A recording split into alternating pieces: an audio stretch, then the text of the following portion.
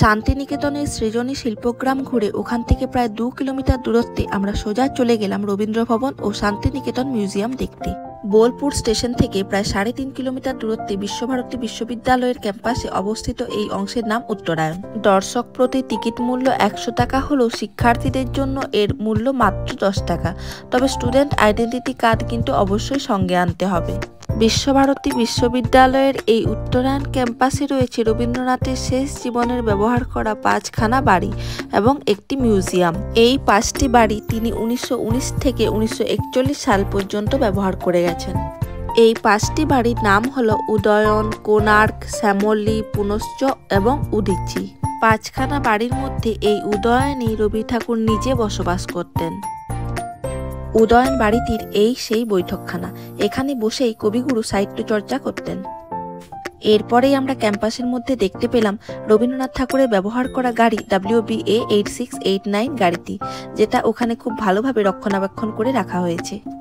কোণার্ক নামাঙ্কিত এই বাড়িটি বানানো হয়েছিল 1919 সালে। এই বাড়ির বারান্দাতেই রবীন্দ্রনাথ ঠাকুর বিভিন্ন নাটক এবং নৃত্যের মহড়া দিতেন।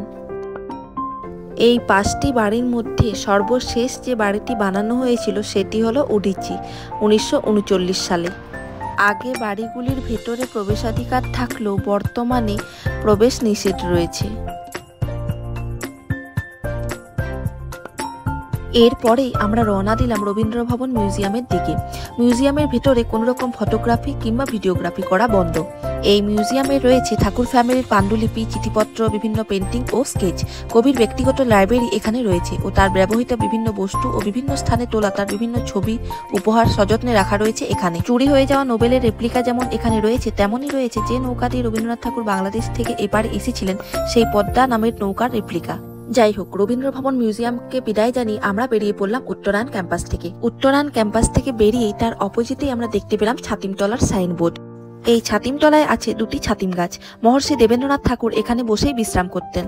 ছাতিমতলা দূর থেকে দেখে আমরা বেরিয়ে পড়লাম আমাদের পরবর্তী গন্তব্যের দিকে।